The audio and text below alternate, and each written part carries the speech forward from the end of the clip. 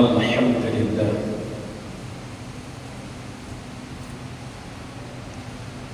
Alhamdulillahilladzi faddala bani Adam bil 'ilmi wal 'amal ala jami'il 'alam.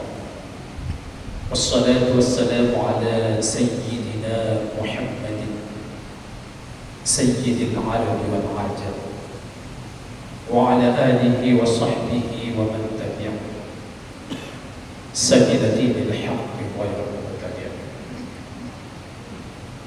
Asyhadu an la ilaha illallah wahdahu la syarika lah wa asyhadu anna Muhammadan 'abduhu wa rasuluh la nabiyya ba'dah. Fa ya ayyuhal hadirun usikum wa nafsi bi taqwallah. Ittaqullah, ittaqullah, ittaqullah haqqa tuqatih wa la tamutunna illa wa antum muslimun. A'udzu billahi minasy syaithanir rajim. Bismillahirrahmanirrahim.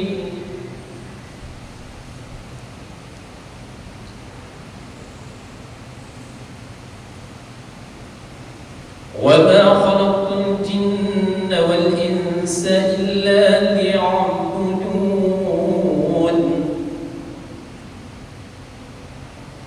Bismillahirrahmanirrahim. Alladzina amanu wa tatma'innu qulubuhum bi dzikrillah. Ala bi dzikrillah tatma'innul qulub. Saudaraku yang dimuliakan oleh Allah Subhanahu wa taala, Nabi pernah bersabda, orang yang paling beruntung adalah orang yang dipanjangkan usianya, panjang usia dalam ketaatan. Hari ini kita masih hidup. Mudah-mudahan Allah semua jadikan panjang usia, tapi dalam ketaatan. Karena kata Nabi, sebaliknya orang yang paling rugi usianya dipanjangkan oleh Allah, tapi dalam maksiat. Saudara yang dimuliakan oleh Allah Subhanahu wa taala, kita masih hidup dan kita berada dalam majelis yang dimuliakan oleh Allah. Ini pemberian Allah, patut pantas kita syukuri. Kita ucapkan kalimat yang mulia, hati kita merasa benar-benar bersyukur dan kita aplikasikan dalam kehidupan kita. Syukur itu agar kita termasuk hamba yang mengabdikan diri kepada Allah Subhanahu wa taala, adalah hamba yang baik. Karena memang di dalam syarah Imam Nawawi hadis arba'in, orang yang mengabdikan dirinya kepada Allah tiga. Ada mengabdikan dirinya kepada Allah sebagai seorang budak, dan mengabdikan dirinya kepada Allah takut kepada Allah. Ada yang mengharap kepada Allah pedagang.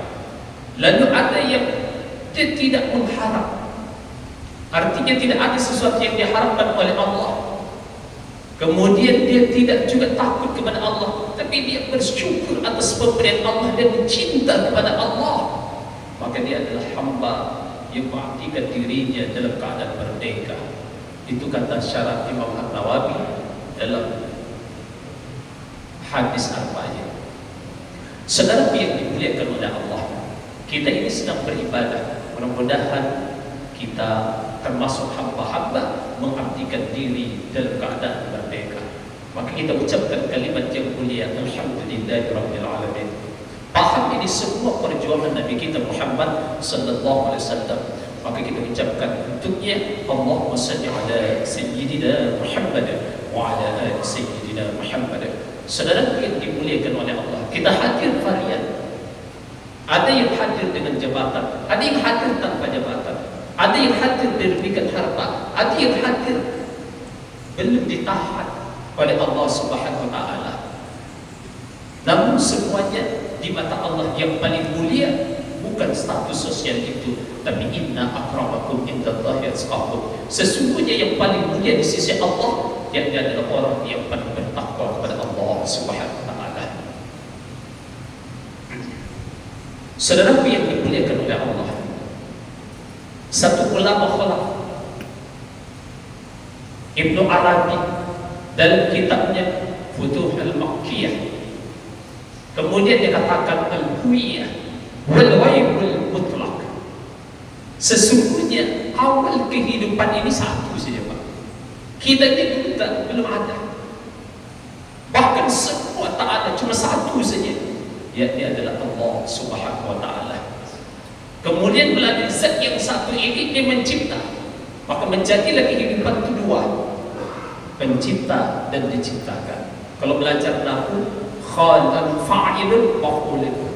Fa'ilnya khaliqun. Siapa khaliqun? Allah Subhanahu wa taala. Siapa maf'ul bih? Makhlukun. Siapa makhluk? Banyak, termasuk kita. Dan semua yang dijadikan oleh Allah, seluruh makhluk yang dijadikan oleh Allah Subhanahu wa taala untuk manusia. Allah ciptakan langit untuk manusia. Allah ciptakan bumi untuk manusia. Allah ciptakan dunia untuk manusia. Allah ciptakan akhirat untuk manusia. Allah ciptakan kehidupan dan kematian untuk manusia. Dan ending kehidupan Allah ciptakan surga dan neraka, itu pun untuk manusia. Lalu manusia untuk apa dijadikan oleh Allah Subhanahu wa taala? Allah jadikan manusia ini, wa ma khalaqtul jinna wal insa illa liya'budun. Kuciptakan jin dan manusia untuk mengabdikan diri kepada Allah Subhanahu wa taala. Lalu pertanyaannya, Allah ciptakan kita ini untuk beribadah. Apakah memang Allah itu ketika kita beribadah bertambah kemuliaannya? Lalu dengan ibadah kita ini, apakah Allah yang berharap ibadah kita? Sesungguhnya tidak. Antumul fuqara ila Allah. Kita yang berharap kepada Allah, lalu Allah tidak berharap. Apa yang kita harapkan?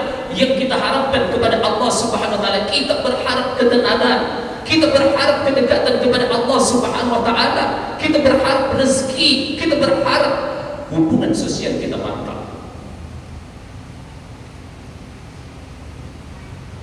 Kita berharap dekat kepada Allah melalui ibadah.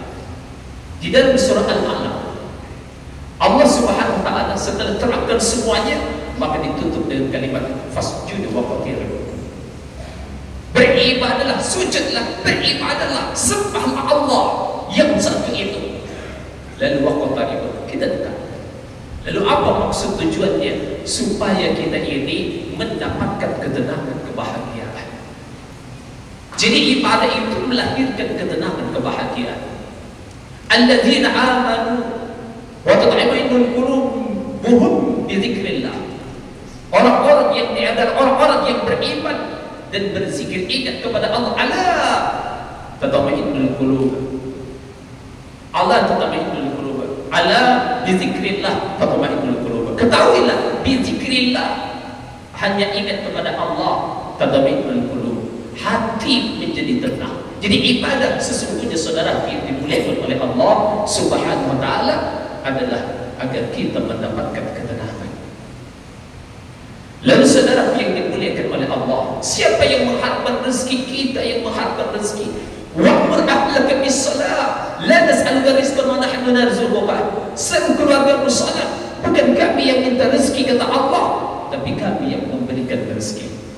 Maka saudara yang dimuliakan oleh Allah Subhanahu wa taala, ibadah melahirkan rezeki, dan rezeki kita yang membutuhkan, bukan Allah yang membutuhkan. Ibnu Qayyim menyatakan di dalam satu hadis qudsi, menyatakan kita menyembah Allah Subhanahu wa taala tidak bertambah kemuliaan Allah. Lalu kita tidak beribadah kepada Allah, tidak berkurang kemuliaan Allah Subhanahu wa taala. Allah tetap Allah. Allah Rabbus samawati wal ard. Allah Malikin nas. Allah Maliki yaumiddin. Allah Allahus samad.